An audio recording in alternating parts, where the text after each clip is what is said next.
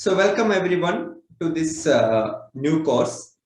So as all of you know, this is a subject which we have attempted only once. That is like anything related to law. We had Rajesh Muttat's course on youth, society and law, which is more dealing with punishments and crime and justice. And now this area, like we were always targeting who will take up constitution, but then it is a very tough topic. How can we get someone who will simplify that and get into kids? So that was our question. That is the time Dinesh came in. Okay, so we grabbed the opportunity. Introducing Dinesh. Dinesh is an advocate in Supreme Court. And then I don't know how many of you have seen when you have some very important judgments and all, most of the time people share a link called Livelaw, a portal called Livelaw, a link which is coming, the news, legal news. So Dinesh and team, they are running that. He's a co-founder of Livelaw. So he's an entrepreneur also. And then he's a public speaker. This topic and related topics related to the society, law and all, Dinesh is a common figure in many such seminars, workshops and all those things. Okay. So I think with that introduction, I would invite Dinesh and I hand over the podium to him. Welcome everyone. Thank you, Dinesh, for taking this up. First of all, thank you, GrainEd, for inviting me to have this conversation. I don't want to call it as a class because I'm not a teacher, first of all. And I would like to always, like to converse with people. I would like to treat it as a conversation. And I know that you're all in good schools and you might be having very good teachers, no competition intended. And I can't copy. So I got my own method. And I've told Mr. Sadish also that, I've not taught any person per se, even my own kids. Of course, they are deprived of my teaching. Somebody else, my partner is taking care of. And, that's the situation. And as Mr. Sadish suggested, we have 2 sessions. So I hope that if I pass this test in the first, I may be invited for the second session. So all depends on you as well. How interactive we are, how well we can really converse each other. And don't feel that, I'm an aged person, this fellow is a lawyer, we are all kids, nothing of that sort. We are just friends. And whatever you feel, because it's a process of learning, because I'm not claiming that I'm the last word of the Constitution, because Constitution is, as you might be knowing, that it's a topic, it's not a book. It's not some letters written somewhere or printed copy or something. It's something which we all know in our daily life, which we practice, but we may not be knowing what are these articles, how it is said, how it is divided, what is the contents of this constitution, so-called constitution book, etc., which may not be knowing, but we all practice constitution in our daily life, or we may be knowing about certain aspects of our constitution in our, while we live in our own society. So I just want to point out this aspect. As I said, it's a process of knowing, because if I use the word knowledge, I have got knowledge about constitution. That's not the correct word. Nobody has got knowledge about anything. It's all a process of knowing. So we are in the process of knowing. And I also learn because, some of you might be studying in 8th standard. Somebody might be 10, 9, 11, 12. So how to speak to an 8th standard student? I don't know. Of course, how to take a class to 8th standard student, I have no idea. So in this process, I might be learning, which I am not aware. So this is a process where I learn, you learn, and whatever I know about Constitution, I would like to transfer to the extent which I know to you guys, right? So, and initially when I had a talk with, of course, one of your mentors, very interesting conversation happened. So what if, first I would like to ask you a question. What if you don't have a constitution? What if you don't have a constitution? As a student perspective, student point of view, what if we don't have a constitution? Of course, it would be chaotic and people would do anything they like.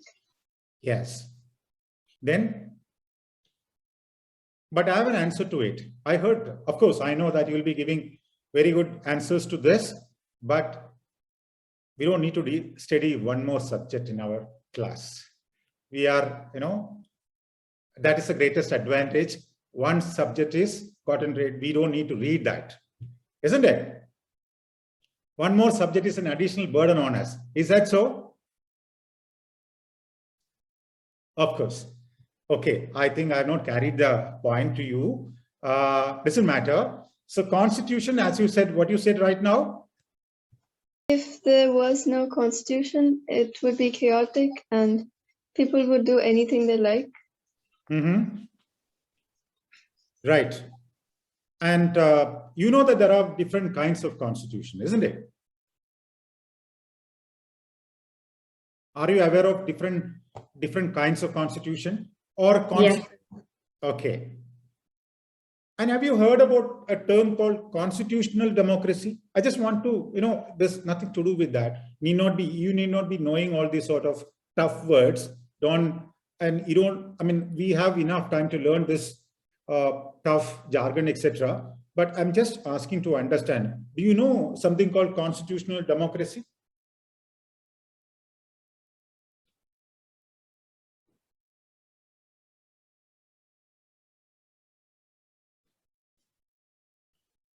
Fine, doesn't matter. Anybody else can give me an answer about the constitution. What is a constitution? Apart from that, apart from you?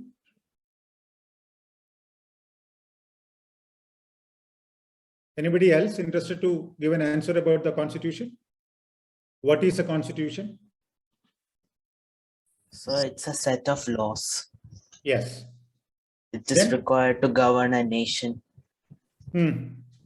I feel like it is the building blocks upon where the country can decide what type of country it is and how it can build into the future. So it's what lays the foundation for the rest of the country to develop. Wonderful. And when you are answering this, have you really understood how these building blocks are created? Or what do you mean by these building blocks? The building blocks, I believe, is a result of what's happened throughout the years of socialization in different countries and how different leaders interact with each other and bring about a common consensus, which they believe is the best for the people at that time. Wonderful. So my teaching today, you might be thinking somewhat silly because, of course, I'm trying to have a common understanding or common platform or common minimum level of teaching where everybody can understand.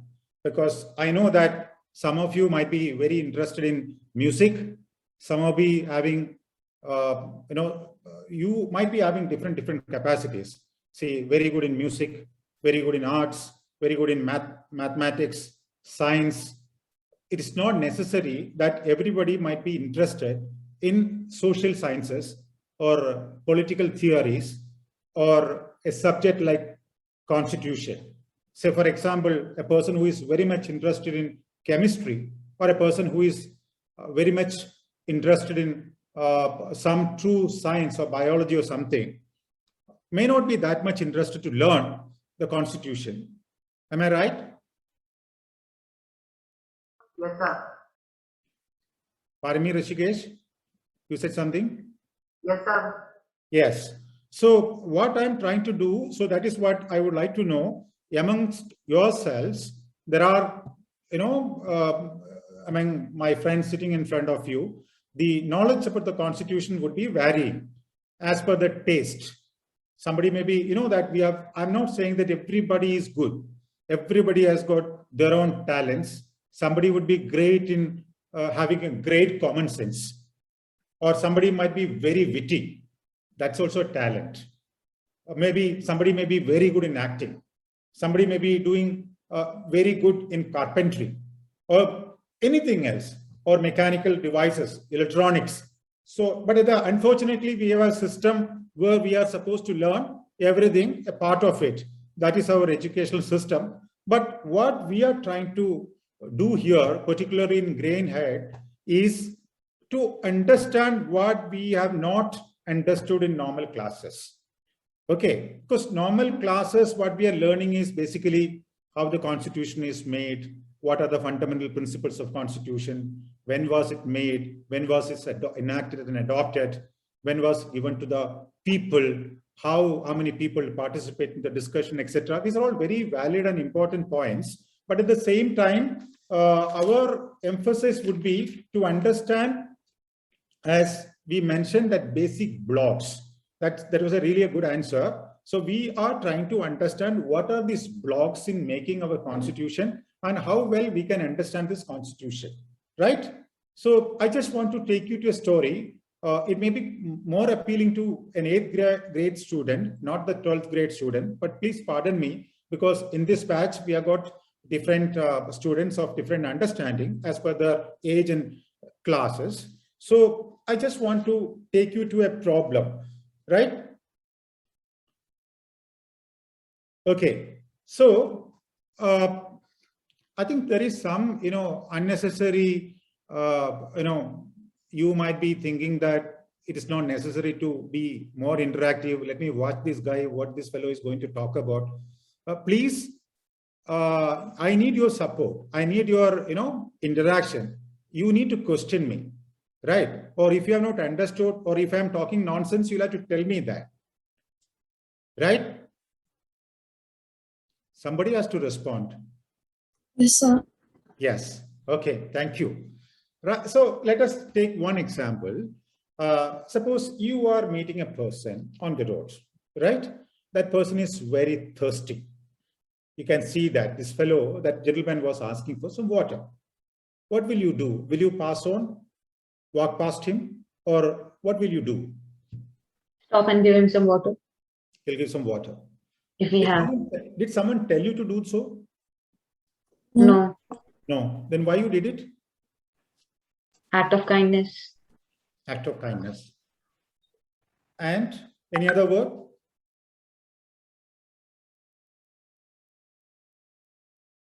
Some sort of a responsibility too, isn't it? You have a responsibility to a person who is thirsty, and it is your responsibility to, give him a glass of water, apart from the kindness, isn't it? Do you feel so? Apart from the act of kindness? But anyway, there is something which is not written anywhere, that somebody is asking you for a glass of water. You should be giving him a glass of water. Is there written anywhere? No, it isn't. Not nowhere. Like you're going to a friend's place, right? And you are entering a lift. Will you, and there is no camera. And of course, we should not spit. But will you spoil that lift? Will you spit or make scratches or something? No. No. Why?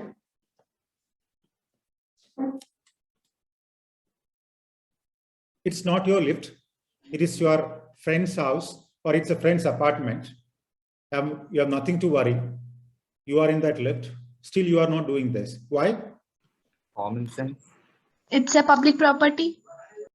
Okay. Then, any other answer?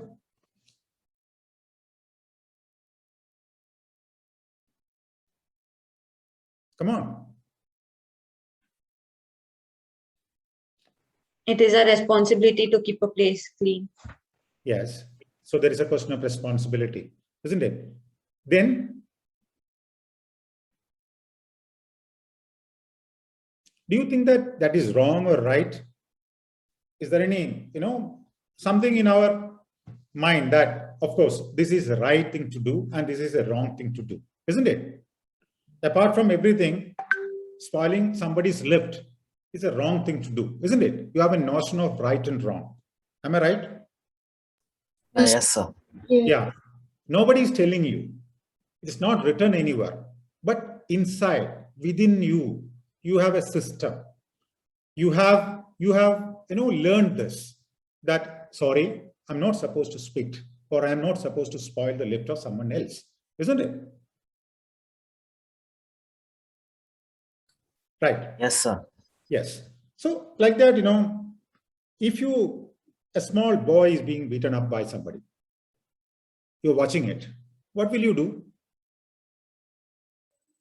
I will question it. Will question it. Then Then I will try to stop it, or I will inform police. yes, very good. So what will you do? You will also interact, isn't it? Because what you see there,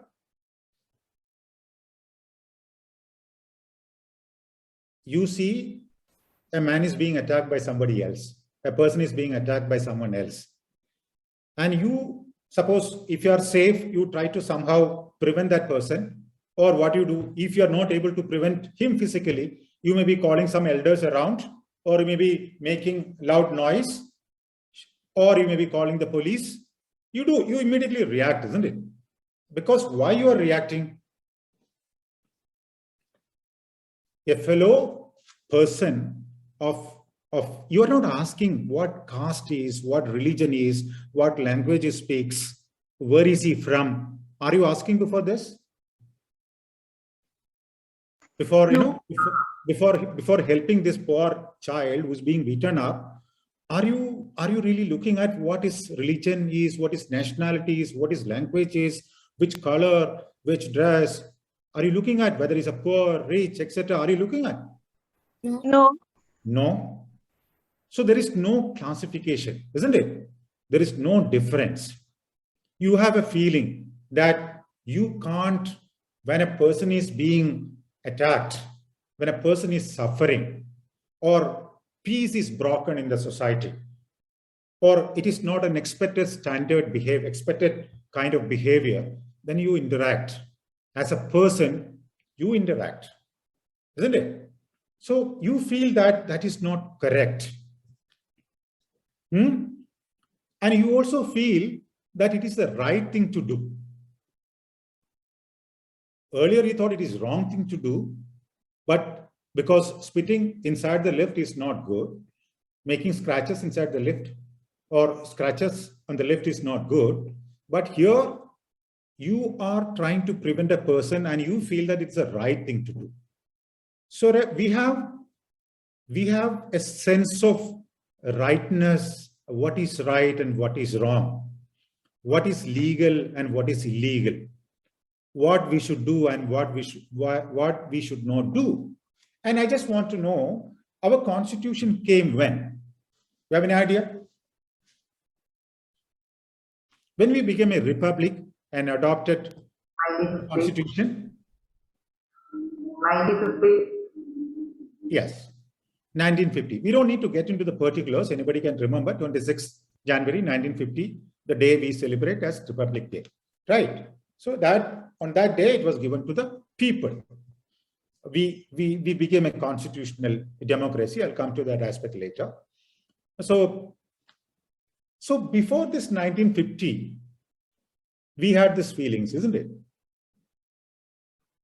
Suppose imagine you were living in 1940. And a small kid is being beaten up, you would have done the same thing, isn't it? Or you would have done, yes. So these notions of right and wrong, or what you're supposed to do in a society, you know much before a constitution. Am I right? Yes. Yes, sir. Yes. So this is part of, we know that, we people can't live like that. We need a peaceful, decent society around us. And nobody should break the peace, calmness and peace and, normal behavior of human beings. We all expect a certain level of behavior from fellow human beings. We feel that our society should be like this. We see that our friends should behave like this. We feel that our teachers or neighbors, they all should behave in a certain fashion. And it is not written anywhere. That is more interesting. Without even written anywhere, without even being advised by somebody elders or someone else, you are acting by yourself, understanding that this is right and this is wrong. For example, you are in an apartment, night time, 10:30, you are playing loud music, right? And music is getting louder and louder. And the neighbor will be definitely disturbed. Some people, of course, don't care about the neighbor, but of course, some people would care about it. And society bylaws are there. In the society rules and regulations, it is nowhere written that you can't play loud music after 10:30, 11. Nowhere it is written. So the neighbor is coming to your home and saying that, look, this is night time, you can't play music like that. Then you are telling the fellow, look, you look at the rules of the society. There is nothing as such. There is nowhere it is written that you can't play music after 10:30 or loud music, etc. You may argue like that. Some people, I'm not saying that everybody would do that, but somebody may argue it. Then the neighbor would go to the society chairman, president, whoever it is, and file a complaint. Then will you argue with the society chairperson saying that, look, it is nowhere written. That's the reason why I played loud music. It is my apartment. I'm paying rent. I will live the way I would like to live. Some people may say so. But society president, a reasonable man, he may say, sorry, you are not allowed to do so. So you may question, some people may question. I'm not saying that everybody would do that. Exceptional cases are there, but we are talking about certain exceptional cases. So somebody may question the society president, look, it is nowhere written that it is my own apartment, it's my property, and I will live the way I would like to live. Then president will write and give you an instruction saying that, sorry, in written notice may be given to you, sorry, you are not supposed to do that. Then you may raise this point again, saying that, look, sorry, it is not written anywhere. But ultimately, if the matter reaches to the court or any third party, he may also support the president, saying that what he did was wrong, though it is not written anywhere. So what I'm trying to converse with you, what I'm trying to say is that even if it is not written somewhere, even in our own constitution, even if it is not written in the constitution, there are certain norms of the society which we are supposed to follow. So we have a written constitution. I would like to tell you that we have a written constitution. In England, they don't have a written constitution, but India, we have a written constitution. I'll come to the constitution, how it came, etc. But we have imagine that you all know about the constitution. We have a basic idea about the constitution. So we have the habit, or we are searching for something which is not written in the constitution. This is what normally our courts, I'll tell you what the business of courts in the entire scheme of things, I'll tell you about that. But before that, I would like to tell you that whenever something happens, may not be written in our constitution, but right to privacy, for example, it is not written anywhere in the constitution that you have a right to privacy. Here, this neighbor's example is sort of a privacy. That gentleman wanted to live without being, troubled by somebody else. He has the right to live in a very peaceful manner his own life. So, or police fellow is coming to your home and taking everything out, your own personal belongings, etc. And that is a breach of of course, that is a very debatable topic. Well, when we go on, I can discuss about that in a detailed fashion. But there is also an element where to what extent these people can look at our private affairs. Okay, there are state affairs and private affairs. There are to what extent a policeman or anybody can come to our life, look into our personal aspects. We have a right to privacy. So right to privacy is nowhere written in the Constitution. But our court said right to privacy is also a guaranteed right. It's a fundamental right. You have a right to privacy. Court said it is nowhere written in the Constitution. So our Constitution, I'm talking about Indian Constitution, is a very, very living and organic Constitution. That's how the Constitution is being, people might be saying that the Constitution is an organic Constitution. Why it is called an organic Constitution? It is not a textbook written forever. This is a book which will be growing as per certain foundational values or in accordance with certain rights and wrongs, right? So as we discussed earlier, that you will be preventing somebody who is attacking another person. So that notions of right, notions of which is right and which is wrong is there in you. So our Constitution has also got certain wide features or certain inherent values. As we did it everything not because there is something written somewhere. We did it as per our conscience. We thought that it was our responsibility. So our Constitution makers, they did their maximum and brought almost every good things of the world, how a better society can be built and reduced into writing, and they gave us a Constitution to us. But still, as we march on, as we move on as a society, there may be certain things which may not be written in the Constitution, but those things will also be looked constitutionally. The court will look at it, whether it is constitutional or unconstitutional, though it is not written nowhere in the Constitution, as per certain features of the Constitution or as per certain values inbuilt or inherent in our Constitution, though it is not written in the Constitution.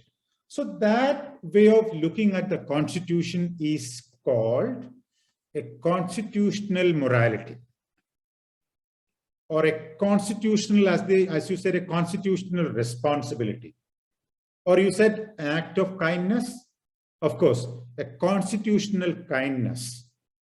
So basically, what is good for our society, we all know that. So all that goodness, sum total of all this goodness is part of our Constitution. And if somebody is violating this goodness, then that is against Constitution. So this is our fundamental test.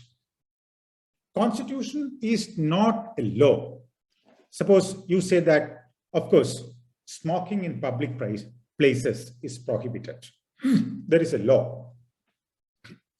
It is a written law, small textbook, saying that, of course, you can't smoke in public places. If at all, if you want to smoke, you go to certain places specifically marked for smoking, like in airports and all that, you might have seen that, smoking rooms. So if you want to smoke, I'm not saying that smoking is good, you should not, but I'm taking a bad example, I'm sorry for that, but you should go to a particular place and smoke there. So this is not part of the Constitution, right? These are all laws. Like when you are driving, you have to drive in such a manner. There are traffic rules written by somebody, a statute. We call this acts. We call it as statutes. We call it as rules. So you have to drive left-hand drive wherever there are rules for left-hand driving. You have to go by left-hand driving or right-hand driving. Or certain things like when you are constructing a building, then you can construct only to this extent. There are municipal bylaws which say that you have to construct only up to this height, or you cannot use fully whatever the area you have, you can only construct to a certain extent of land. So these are all bylaws and small laws, which is not part of the Constitution. Constitution is only a broader law, very vast subject, very wide, very organic text, where it is not specifically, it is not sum total of all laws in the country, but you can say that it is the father or mother of all laws. It's a circle. Suppose we treat constitution as a big circle, and all other laws are basically should be inside that circle. All other laws, suppose if you make a big circle, the constitution is that big circle. And whatever laws which you are making by your authority, suppose if you belong to a particular district, for example, Kannur district, and Kannur district administration or Kerala state is coming out with a particular law, and that law should not go beyond this ring of this constitution. So whatever is beyond this ring will be unconstitutional. Kerala government is coming out with the law, which is not coming within the, when you look at this law, then that is not coming in terms or in accordance with these norms, the constitutional norms. In that case, that will be declared as unconstitutional by whom? By the government, right? So, as we talked about our society, how there was a demand for making a constitution. As we mentioned earlier, building blocks, how this whole idea of making the constitution came in. Take for example, where there is no constitution, a village, there is no constitution. Okay, there is a shopkeeper, there is a small doctor, sort of a small clinic, or roads are there, people are using those roads, some commercial establishments are there, right? So people are living and doing small work and in a village. Somebody is coming, about 10-15 people, heavily armed persons, they're coming to this village and telling all the shopkeepers to close the shops, and telling one person, look, who is a close friend of that muscle man who has got a company of 15 persons with arms. He's telling that fellow, look, you can keep your shop open. Is it correct? Because he's telling all other persons to close the shops, and at the same time permitting one person to keep the shop open. Is it not an injustice? Hello? Yes, sir. Yes, Yeah. yes, sir. It is injustice, isn't it? So these Muslim people are coming and telling or helping their own people, or they can do whatever in that particular society, and you don't like this. All these traders, all these shopkeepers, all these doctors, everybody, they all felt that this enough is enough.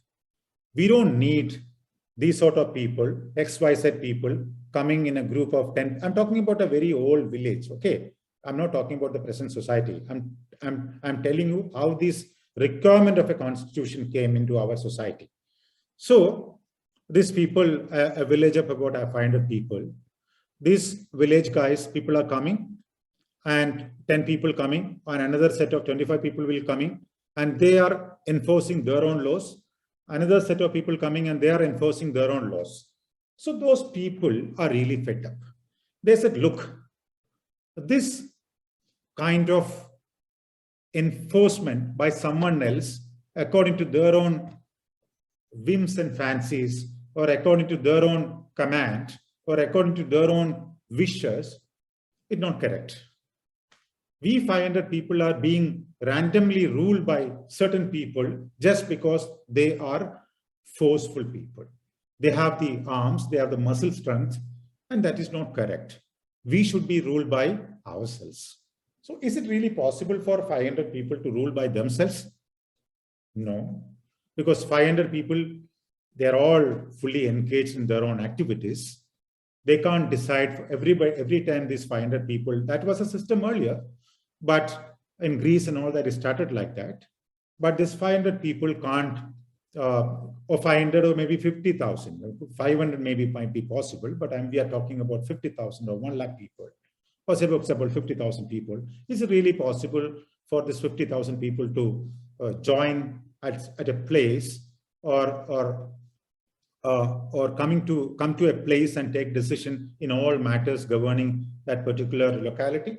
I'm just telling you how the Constitution came into existence and how our democratic Constitution we got. So I'm trying to take you guys to a place or a point where how we got a Constitution and how we got a Constitution which is vouching for democracy, or where we got a Constitution where the ultimate supreme power is the people, or the ultimate power lies with the people, and people are governed by or ruled by laws. Okay, so in a country like ours, the most important aspect of our Constitution or a system is that we are not governed by a government, right? We know that this democracy, how it is, that's what I mentioned that example, that 50,000 people can't take a decision by themselves. So what they do is they'll divide 50,000 people. Okay, let us choose 50 people among this 50,000 people. Okay, each 1,000 persons should elect 1 person, right? So they may take a decision like that. That's how we got constituencies. You know, in India, we have got like people are standing for elections. You know that people are standing for elections. So we are all voting for that. Why that standing for election came? Why this election came? All these 1.3 billion people cannot choose their leaders, isn't it? So, like I said, 50,000 people. This 50,000 people cannot decide for themselves. So what they do is they make a representative of them. So 50,000 people will elect 50 people as their representative. So what is it called election process? Why they called? Because they feel that they are our representatives and we are giving our authority to make laws for us. So these are the 50 people who have been given authority by this 50,000 people to make certain rules, regulations, laws for governing this 50,000 people. So 50,000 people came to 50 people. And this 50 people, there should be a leader. So they may elect a person among them as a leader. And there will be different personalities looking after different affairs. Like they may look at, okay, 1 person will be taking care of all hospitals. 1 person will be taking care of all roads, bridges, etc. The responsibilities will be divided, and there will be a rule. There will be a rule by these 50 persons. They will look after our own interest. So who made this 50? These 50 persons, we call them as government. And electing the government, this process is called democracy. And electing this people through a representative of us is called a representative democracy. Okay, so India is a country where it is being ruled by, we have a representative democracy. It is not a direct democracy where 50,000 people or 1.3 billion people are electing our government people. We elect our representatives. They are the MPs, member of parliaments, or so far as a state is concerned, they are member of the state legislative assembly. They're called MLAs. So we elect them and they rule us. So that is called a representative democracy, and we have a democracy per se. So earlier the situation, 150 armed person coming to our place and doing whatever they like, that is autocracy. They are They might be kings, they might be somebody, muscle people, tribesmen, head of something, okay, mafia people, they might be. But the beautiful system or beautiful aspect of our constitution is that our constitution is the rule of law and people are primary. Entire power lies with the people. We are the people. We the people of India. The constitution begins with the word, preamble begins with the word, we the people of India. So we the people of India, we have made this constitution to rule us. So it is, we created this constitution. We created this constitution. We created a system how to rule us in a democratic manner. So who is supreme here? Who is the ultimate authority here? The people. The people. And who are the people making rules?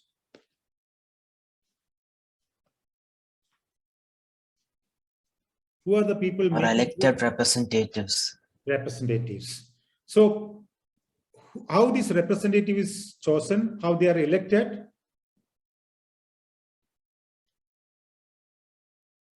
They're chosen by the people through an election. Through an election. So, and do you have a free, anybody is telling you, okay, vote for this fellow and not vote for this fellow? No, sir. No. So there is, it's a free and fair election process, isn't it? Somebody is telling you, okay, you should not vote for this fellow, forcefully coming, a team coming to you and say that I'll kill you if you vote for such and such person. Then will it be a free election? No, sir. Will it be a free and fair election? No. So we have another establishment called Election Commission of India. So we all talked about democracy. We said people are elected. Elected people will go to a particular place. We call them as assembly or parliament. They all sit together, make laws for us, and see that those laws are implemented. But if the election process is not fair, then entire democracy collapses.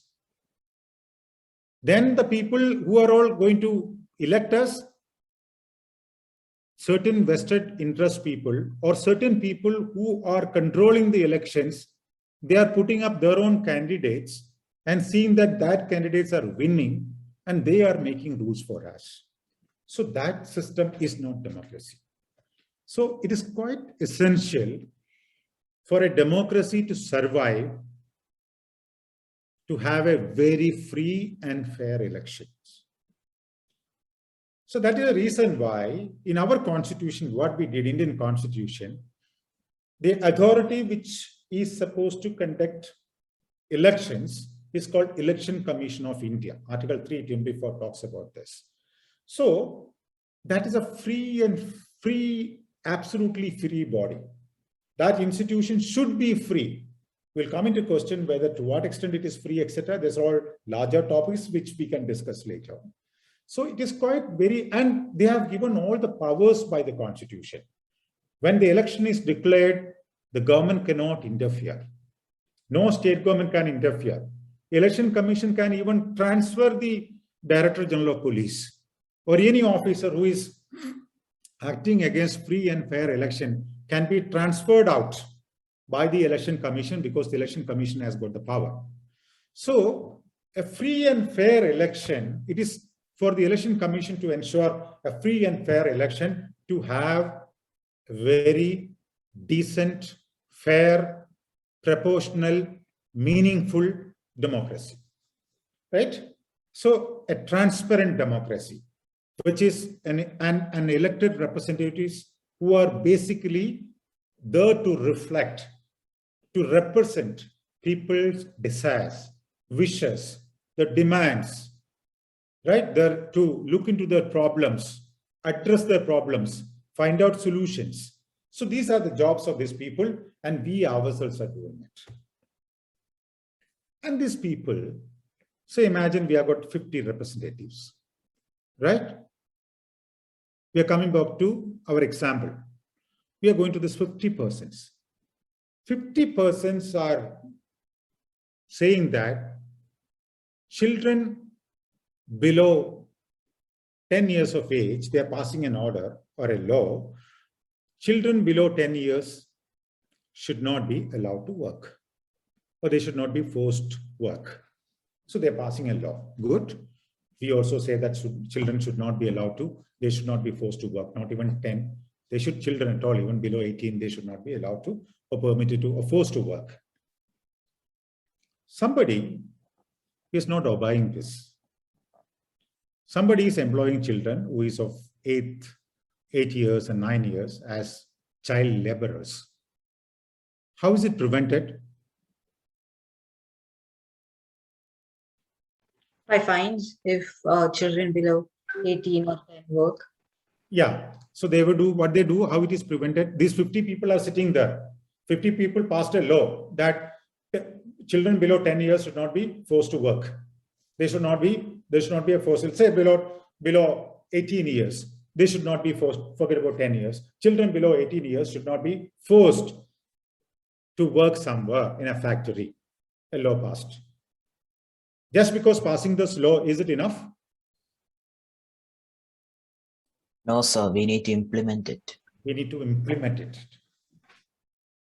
Because somebody may say, I'm not going to do anything. You do whatever you want to do. I'm going to employ children of 13, 14, 15, 16. Somebody say, so how do we implement this law? Punishing those that act against it. Yes. Who is punishing? This 50 people will come down and punish these people? No, they'll hand it over to somebody else. So they have to create a system, isn't it? They will be giving orders to somebody to execute, to implement this law. And that fellow is also by orally, is it possible? No. We need officers to inspect whether in that particular institution, a particular factory is employing children less than 7 years of age or 8 years of age, or even 15 or 16. Then once a person is finding it out, still is not stopping, then that factory activity should be stopped, isn't it? Right? Yes. Then we need police. We need to, so this, take the persons who is taking orders, that one senior fellow giving passing order to another person is talking to an inspector or inspecting authority is talking to a force, maybe a police, paramilitary, whoever. This whole system is called executive. So those 50 people are part of legislature. Those 50 people are called legislature. Okay. And this whole system of implementing authority, this whole bureaucracy, whole people, police, collectors, all these people are called who? What they call? Executive. Right? So in a system, we have one legislature making laws, an executive which is implementing. Then one fellow, then the inspectors coming. Inspectors coming, and inspector has some animosity towards a factory owner. This fellow, inspector says, look, you are employing, you have to, an inspector is forcefully closing this factory. While this fellow had not employed any person less than 18 years of age, but still inspector forcefully closing his factory. What that fellow is supposed to do, the factory owner, what remedy he has?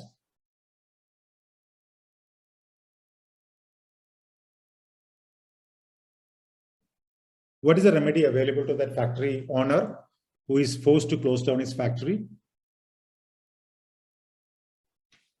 Go to the court. Go to the court. So we need courts, isn't it? We need courts. Courts are judges, isn't it?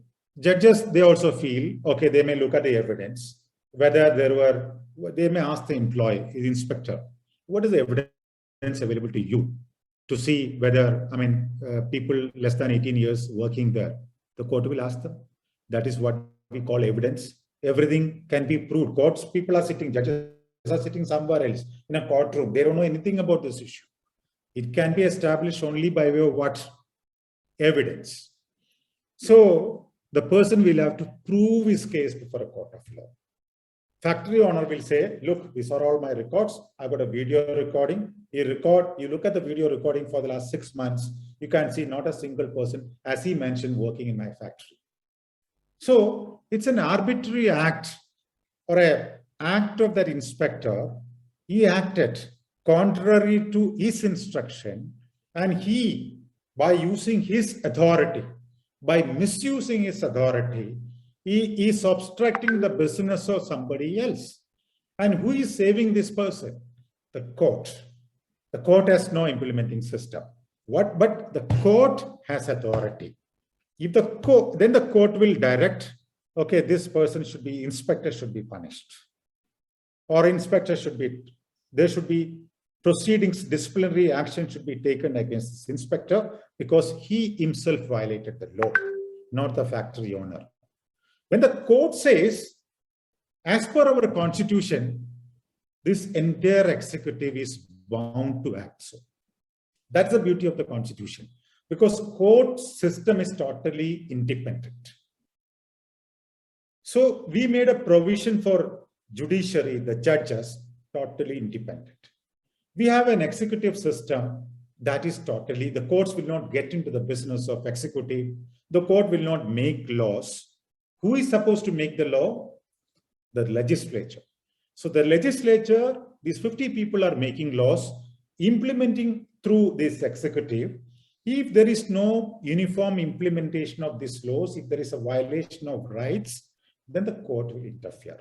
That's how, in a democracy, we have 3 wings of a government. It's called executive, judiciary, and the legislature. So, and no, they are not supposed to cross the lines. Court's business is court's business. Lawmakers' business is purely lawmaking, and the executive business is purely to implement certain laws. But this 50 people, imagine a case. So here, who is ruling? Who is the ruler here? Who is the ultimate authority?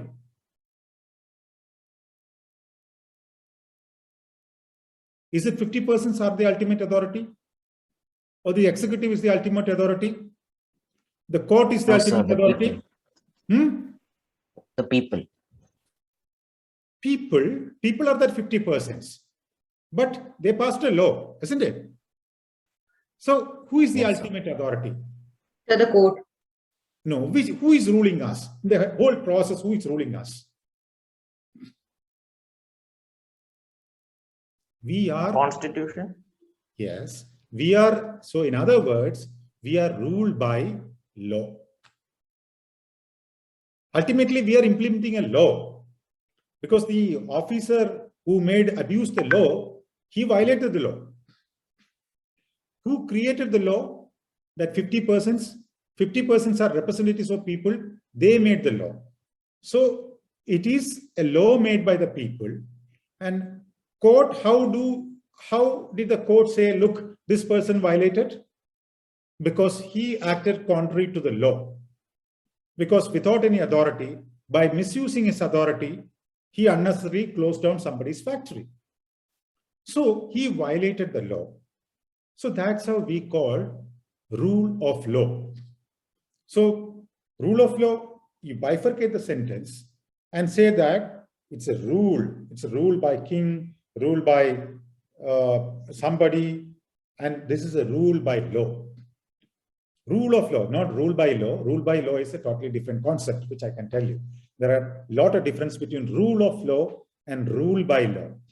I'll just quickly say what rule by law also. Rule of law is we are governed by a set of rules like this. Rules are supreme and these rules are made by people. So people are the supreme authority. Rule by law is slightly different. These 50 people, we got nasty 50 people. Somehow they got elected by foul means and they became a strength. They became 50 people. Okay. Through unfair elections, they managed, they represented before the people that I'll bring this thing, that thing, all kinds of false promises with the people with vested interest. They are coming to the power and these 50 people are passing a law saying that those people who belonging to a particular religion can open the shop till 7 o'clock. And those people who are belonging to a particular religion can open the shop till 10 o'clock. That is also a law, right? Passed by these 50 people, 50 morons, 50 people sitting there, they pass this law. That's also a law. And this executive person, the inspector will implement. He'll say, find out which religion you, okay, you can open the shop till 7 o'clock. Which religion you, 9 o'clock. Then the fellow will question, how can you do this? He can open the shop till 9 o'clock. Then the officer will say, sorry, there is a law. This is a rule by law, not rule of law. This is a rule by law. I have a law passed by the legislature. I'm going to implement it. Then the poor fellow whose shop is closed at 7 o'clock, what is the remedy available to him? He will again go back to the court. Court will say, ask these 50 people, 50 idiots sitting there, how can you pass a legislation allowing a particular religion? We as a country don't have any official religion. So how can you prefer that this religious person can open the shop at 9 o'clock and other religious person should shop? How can you pass a legislation like this? This is not permitted by our constitution. This is contrary to the equality principle of our constitution. Court will say. And the court will, what they do? They abolish. They set aside the law passed by these 50 persons. But interestingly, 50 persons are elected by people. That's also a will of people. That is also a rule by law. But court will say, sorry, this law we would not recognize because this is against our constitution. Constitution talks about equality and you made a law contrary to the constitution. So that reviewing that law is called judicial review. Judiciary reviewing a law passed by these 50 people or legislature is called a concept of judicial review.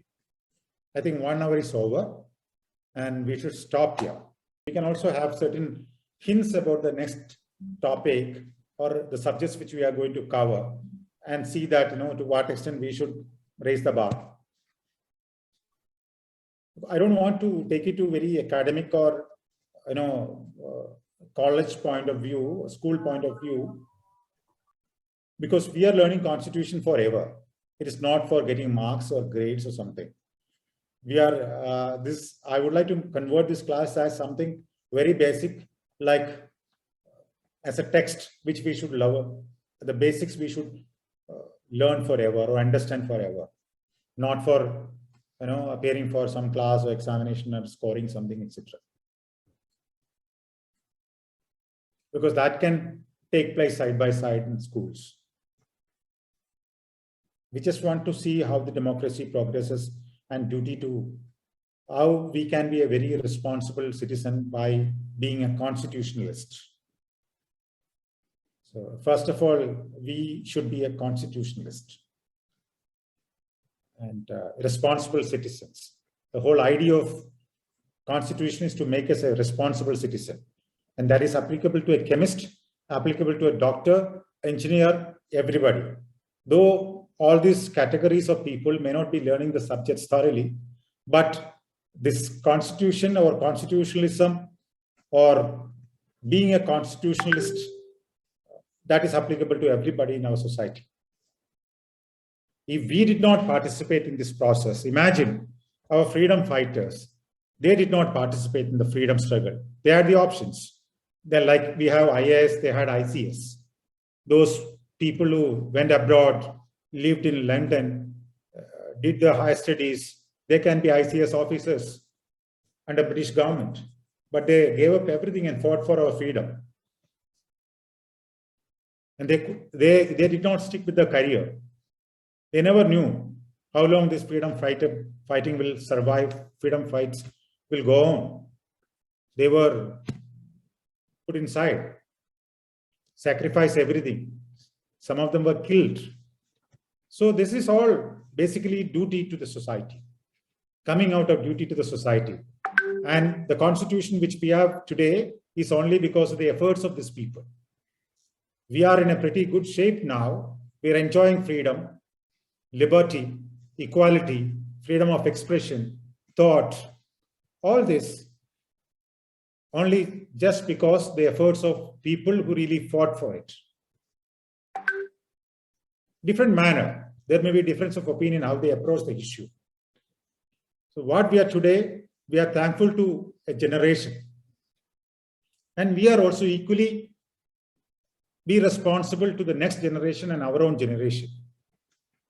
That we should keep that intergenerational equity. That's an environmental term. It is not here applied.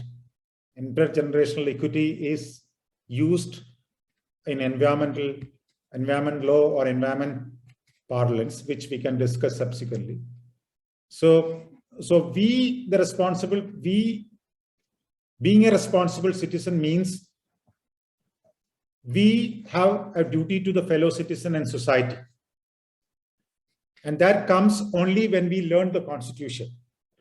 When we are not participating in this process, or when we are not bothered about this process, then we get a government which we deserve. So you are responsible. If you're not participating in this process and permitting someone else to take over, then you are responsible for a bad government or good government or whichever. So the basic idea is to learn Constitution is to know about our rights, how to exercise it meaningfully, how to use our courts, how to control our executive, how to elect our representatives, how we can collectively make a better society, looking at the needs of each and every person. So that is the importance of Constitution. And it is not a subject what we are supposed to learn as a subject for scoring marks. It should be a basic text. It should be a basic philosophy written, a philosophy of our society or the norms which we should follow to be followed in our society. So that is what we are supposed to learn. So I would like to have this continued because we, how better we can perform in a society, how we can really contribute to the building of society, how can be a building block as we mentioned earlier. So let us sit and discuss and see that how we can take it further. Thank you. Bye. Sir, I have a doubt. Any individual can give a case in the court, right? Yeah, it's a fundamental right. If you have, Yes. if there is a wrong. Yes, sir, if a person feels wrong. But sir, like, what if a person gives, a case which is like not correct, which is, it is not correct in the sense the person who has given the case, he's not a good person. So he's given it against the rules of the Constitution or against the laws. No, nothing like that. The court is only looking at the issue before them. The court is not looking at the person who brought it. Okay, say for example, a person who is committed murder and convicted, right? And yes, he is living normally thereafter. He was inside for 20 years inside the prison. After that, he's released and he's living a normal life. Somebody is stealing his stuff. Then he has every right to go to court. Then court will never ask him, hey, we will not take up your case because you are a murderer. Court will never say. Court will always look at, he has a right. Even those person, that is the beauty of a constitution. The person who has undergone 20 years, his rights are not, he's not deprived of his rights. He has got equal rights. And court is only looking at whether there is a theft and what is the evidence. It is not personal centric. No classification as such. Court is only looking at, is there any violation of law or not? Okay, sir.